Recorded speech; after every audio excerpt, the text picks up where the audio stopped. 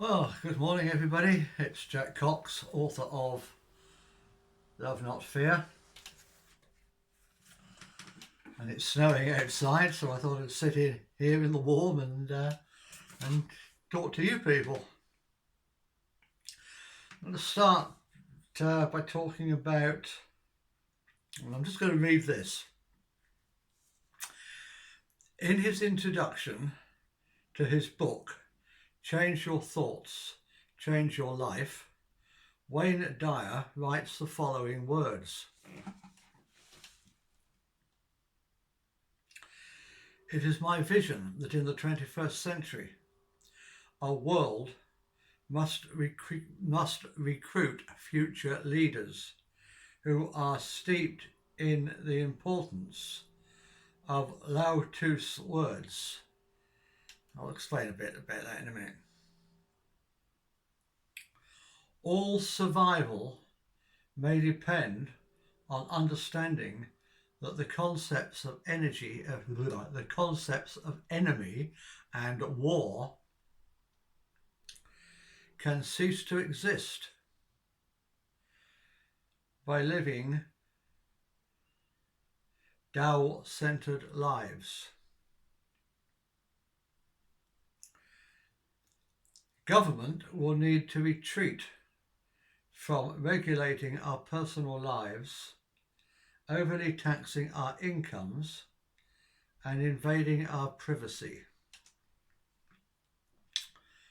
Okay, who was Lao Tzu? Well, I may be pronouncing it wrong. I don't speak Mandarin. He was a Chinese guy around about the time of Confucius.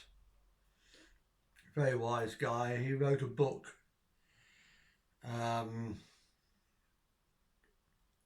which again I'm probably going to crucify the pronunciation of, but let's just call it the Tao Te Ching. Actually, I did quite well, I think.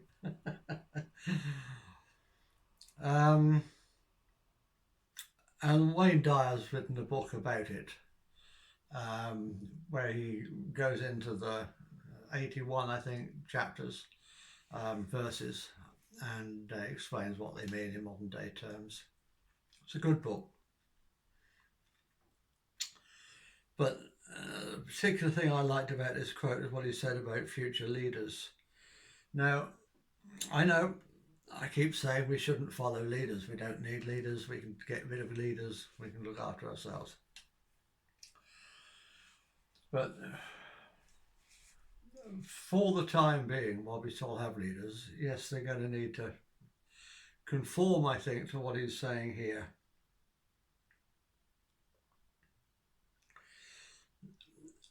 And as long as we keep having governments, they're going to have to do what he says here. Retreat from regulating our personal lives, overly taxing our income, and invading our privacy.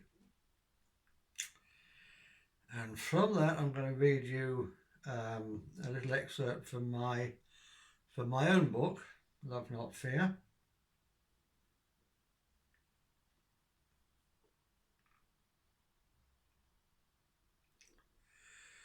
It's something I've been talking about for a long time, the game we did not devise. We were born into a game we did not devise, where the rules are stacked against us and in favour of the globalist elite. We have no way to win this game.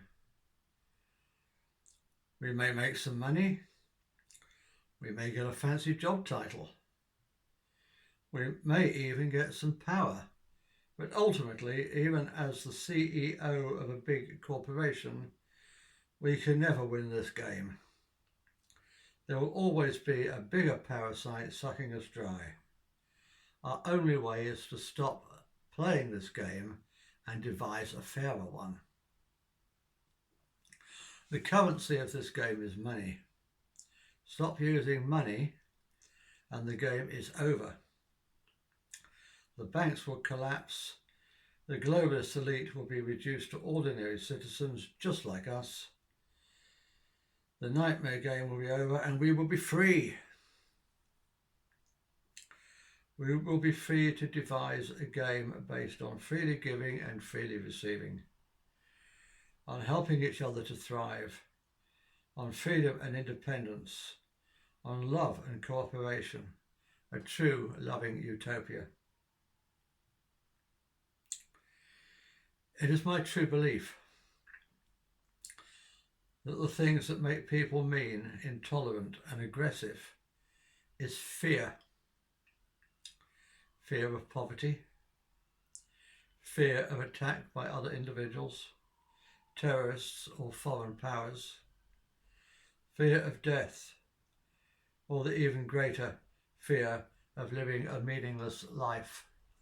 And I wrote that back in 2018, and now we can talk about the fear of this bogey bug that's going around.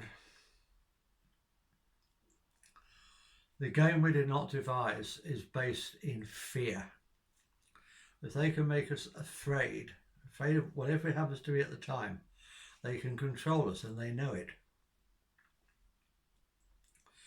There's a well-known saying that hurt people hurt people. Well, let's add to that the threatened people threaten people and invaded people invade people. We invade other people's countries, then wonder why their terrorists attack us. We are mean to our workers, then blame them for going on strike. Some intolerant migrants call our women white prostitutes for dressing normally, then wonder why our people are intolerant of their dress choices. But wouldn't it be wonderful if nobody felt threatened anymore? If we all felt safe and appreciated? Now, wouldn't that be a better world to live in? Wouldn't it? Come on, wouldn't it? This is a very controversial little book, and I don't expect you would agree with everything I say. I'm sure you don't. That's okay. This next little bit is probably the most controversial of all. So take from it what you will and leave the rest, and that's okay too. In this book, I talk an awful lot about being excellent to each other, and I talk about other people. But I don't really believe there are any other people.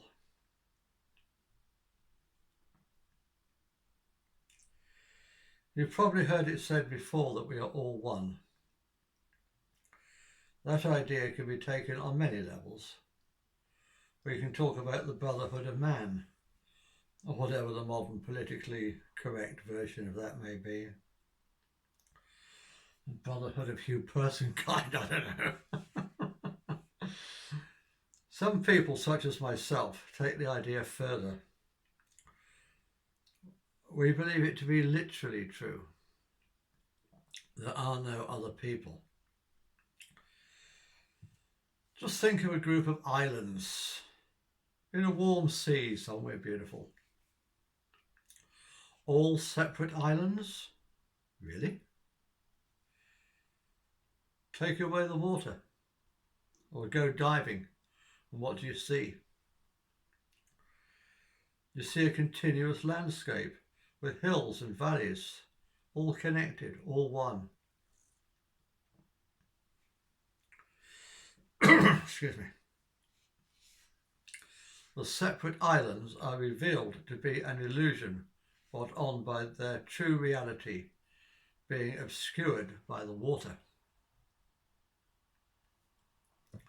But what if we're like those islands? Our separateness being an illusion brought on by our inability to perceive ourselves as one continuous energy field. And that's about as far as most people take this idea. But not me, I'm even more weird, as you probably know by now if you've been following me for a while. About 10 years ago, I was stopping over in Santander, in north of Spain, waiting to catch a ferry to Portsmouth. So I wandered off to explore the town. It was packed, crowded, busy as hell. Suddenly, while forcing my way through the crowds, I was struck by a very strange idea.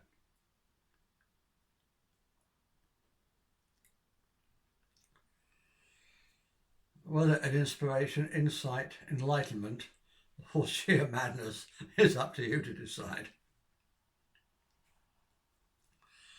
I suddenly realised that all these people were actually, literally, me.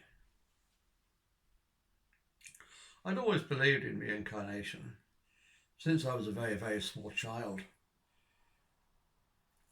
I just understood, and I couldn't understand why everybody else didn't know it. Nobody had told me about it. I hadn't heard about it anywhere. I was too small. I just knew. But as I grew up, I started reading about it and just fell in with the general consensus that we're all separate, reincarnating souls.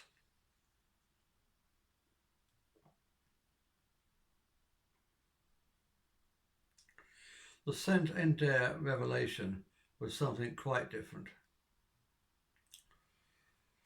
I had long understood that time is not linear. Indeed, time doesn't really exist in the way we normally think about it. Incarnations don't occur one after the other in a straight line. There's no past, present or future. Well, there's no past or future. There's only the present now.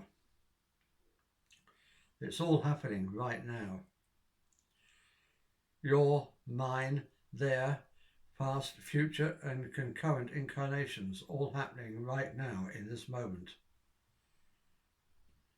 are not just for people, but every life form in the universe. If you can accept that, and it's a big thing to accept, it's not a huge leap to accept that we are all just different incarnations of the same soul.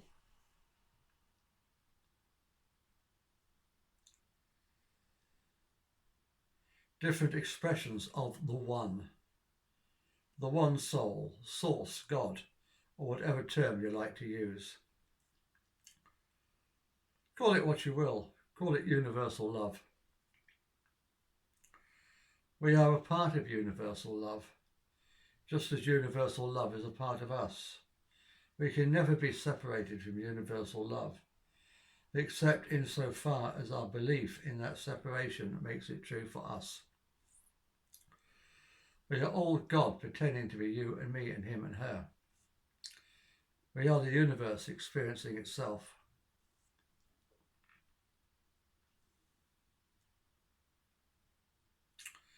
Right, it goes on and on and on, but I'm going to just leave it there for now and just talk a little bit. The game we did not devise, its purpose is to separate us, to make us feel that we're separate. And to set us against one another, competing against one another, instead of just helping one another to thrive. Money is about separating people. It's about quantifying everything that doesn't need to be quantified, so we can have winners and losers. So we can have the fear of losing, the fear of poverty. People are saying, and I agree with the general principle of it, but I don't understand the technicalities of it, and maybe somebody will explain this to me. I've asked before, if you understand it, please explain it to me. Write below in the comments to explain it to me. It's said that we're moving, as we move into the age of Aquarius, we're moving from third dimensional consciousness to fifth dimensional consciousness. What happened to the fourth dimension? Why aren't we going through the fourth dimension? I don't understand that. I'm not saying it's not true. I'm just saying I don't understand it. Please explain it to me.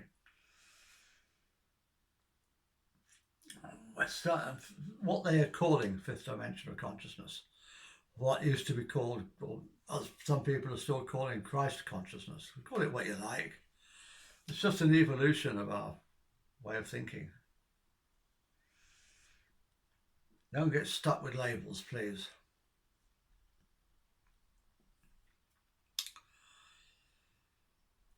We won't, I keep saying, I've said this before, in fifth dimensional consciousness, we won't need governments like we have now. We may still have governments, we probably call them something different, and they will be totally different from anything we have now. The top-down structures are falling apart as we move into fifth dimensional consciousness. So let me just talk a little bit about that.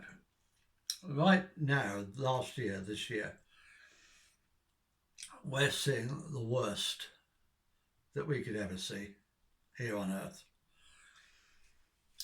We're seeing this bogey bug being used as an excuse to bring in totalitarianism, the Great Reset of Klaus Schwab, the New World Order, all this sort of stuff. Agenda 2130 is 21 now. It's happening. We're seeing it happening. And people are panicking and people are dying. I mean, people are dying with COVID, probably. I don't know. I'm not going to get involved in whether it's true or whether it isn't. That's for a different discussion. A different day with people who know more about it than I do. But people are dying. People die of the flu every year. I actually put something on my Facebook a couple of days ago. The actual figures and the difference in the number of people dying as a percentage of the population, it goes up and down slightly every year, and it is very slight. And what happened between 2018 and 2019 was about the same as happened between 2019 and 2020. It's not a big deal. It's not a pandemic. Whether there's a bug or not, I don't know, but it's not a pandemic. I've lost my train of thought now. What was I talking about? But of course, fear. We're being controlled with fear. And the fear of this pandemic is being used to make us go along with the imposition of totalitarianism and a police state. Not just in this country, but around the world.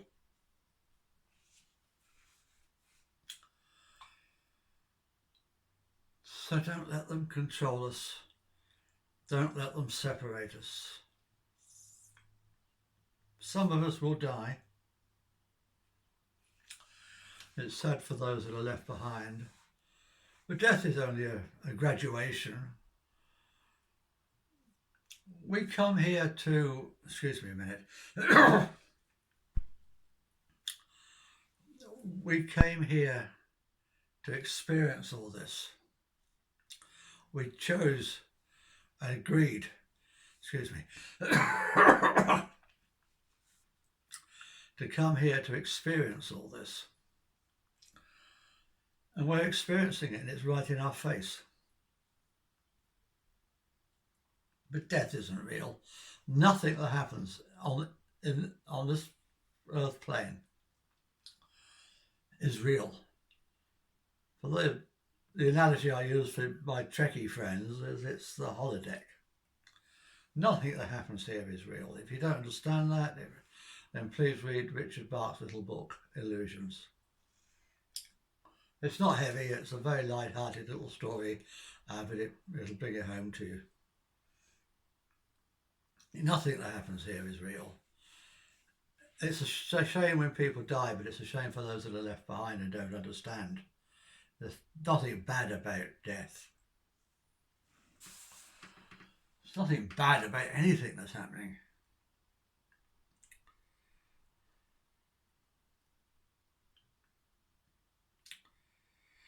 The William Shakespeare quotation that I messed up last week. There is nothing either good or bad, but thinking makes it so. It all depends how we frame things. One thing Richard Bach says in his book, and I haven't got it word for word, I've got it from memory, is the greatest tragedy is our belief in tragedies. It's just a game we're playing. I usually give the analogy of a game of tennis. Life is like a game of tennis. When we come onto the court, it's very, very real. And I give it our full concentration, our full attention. But it's just a little blip in a much bigger life. And it's just a game. Okay, maybe tennis this year, last year isn't a very good example. Maybe whitewater rafting would be a better example. But it's the same basic principle, okay. We came here because we enjoy whitewater rafting. So just enjoy it, enjoy the show. And all the evil, what we think is evil, nothing is evil or good, except thinking makes it so, but the things we think are evil are right in our face now, right in our face like they've never been before. But that has to happen. We have to become aware of it so we can transcend it. The old order is falling apart. And all we're seeing is signs of the old order falling apart. So please, the snow's stopped. The sun's come out. It has, literally. It stopped snowing, the sun's come out. The sun's coming through my window. And it will happen for all of us. The snow will stop. All these so-called bad things that were in our faces will stop. The sun will return. The light will return. The darkness will fade away. And we will transcend into our paradise, into our utopia. What people are calling the fifth dimension, what people are calling the age of Aquarius. Doesn't matter what you call it. I call it utopia. It's coming. It can't be stopped. The old order know that. They're panicking. So there's nothing to fear. If we die, we die.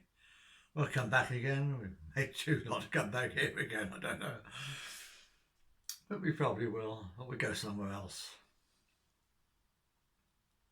We are eternal, multi-dimensional beings.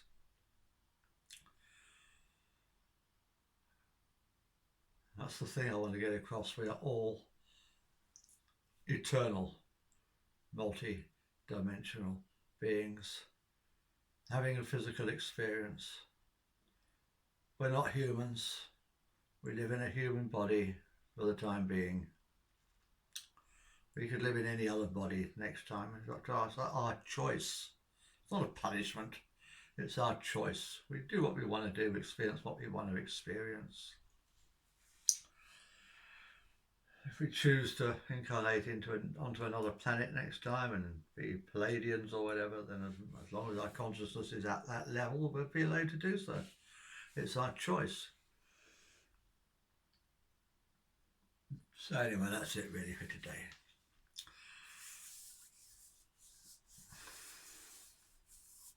I just wanted to make you all feel that there is nothing to fear.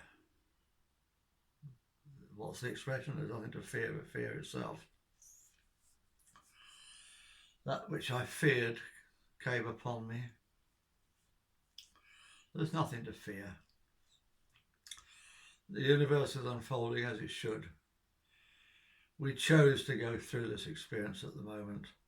So sit back and enjoy it. And it doesn't mean we can't fight against it. We are multidimensional beings. And if we're here to campaign for free speech, or freedom generally, whatever it happens to be, then that's what we came here to do, to experience, to have fun doing it. So to do it, don't not do it. So